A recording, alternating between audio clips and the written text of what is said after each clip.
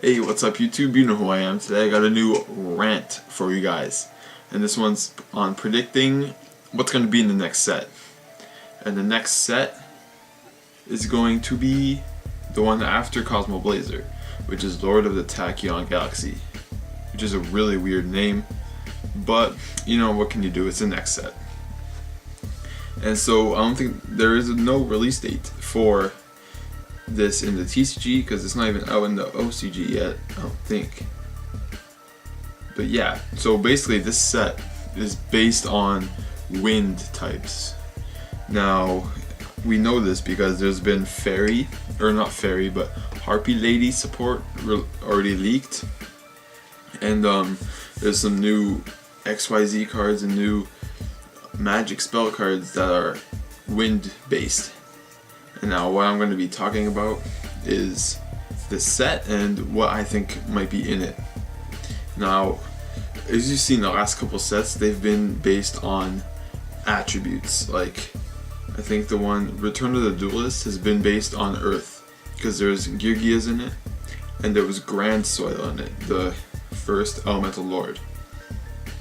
The next set after that, I think, was Abyss Rising, which was based on water types, and that was the second Elemental Lord, Mulan Glacia. And now the one after that is Cosmo Blazer, which has Pyro Rex, the Fire Elemental Lord. And now the one after Cosmo Blazer is this one, Lord of the Tachyon Galaxy, which is Wind. And so I see a trend going on here. See, now I'm thinking in this set there's going to be a Wind Elemental Lord. And I can already kind of predict what the effect is going to be like by basing it off of the spiritual art cards. Now if you don't know what I'm talking about, is each of these Elemental Lords have been based on their corresponding spiritual art card with the same type. Now you see Grand Soil, when you have exactly 5 Earths, you special summon them, and then you can special summon a monster from either player's graveyard. Now if we look at the, which one is it called? The Earth Fire Art, which is called Spiritual Earth Art Kurangain, and these are all trap cards, and they've been released at all different times. And it's basically you tribute one to for the cost of this effect. That's for all the spiritual arts. And once you do that for the Earth one, you special summon one level 4 lower Earth from your graveyard. See, now you can see kind of the relation between the two. And then for Mulan Glacia, the water one, and the water art, spiritual art one, the spiritual art says you tribute 1 water to look at your opponent's hand and send 1 to the graveyard. And what Mulan Glacia says, you discard 2 from their hand. And now you look at the Cosmo Blazer one, the Pyro Rex, the fire one.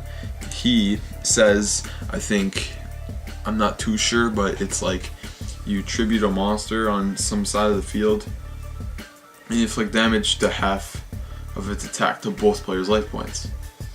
And the fire art, it says you tribute 1 fire monster to inflict damage equal to that monster's attack.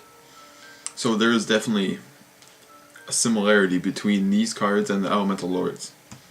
And now the dark one, there actually is a dark one, but it's not known. It's you tribute 1 dark monster, draw 2 cards. Your opponent can negate this effect by revealing 1 spell card in their hand. And the light one just came out in Galactic Overlord.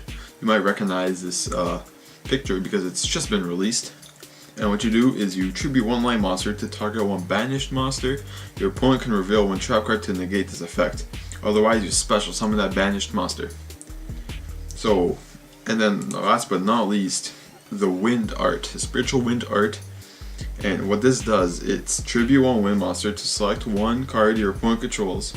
Place that card on the bottom of their deck. Now I believe that this wind elemental lord is going to have a beefed up effect like this, because all the other ones were a bit stronger than what they are in spiritual arts.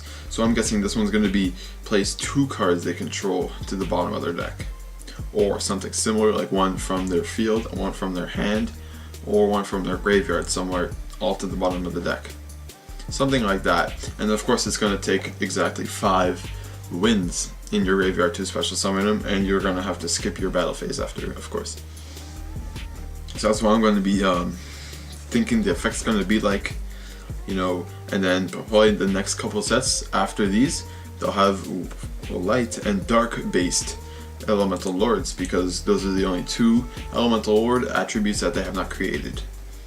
So yeah, I'm gonna see if I'm right with this elemental lord prediction in the next set, and that would be pretty cool if I'm right. And probably there's gonna be a lot more wind support. You know, there's been an Armageddonite for every attribute so far in the last couple sets. There's for sure gonna be a wind one somehow, and there's going to be a lot of other cards that have to do with wind. So be sure to collect those wind cards if you think they're going to be really good. I think they're going to be okay. Not too good, but okay. So yeah, that's it guys. Tell me what you think, and leave your comments down below. Tell me if you think I'm right. Give me your opinions, okay guys? Tell me that. Now, good night, peace, yeah.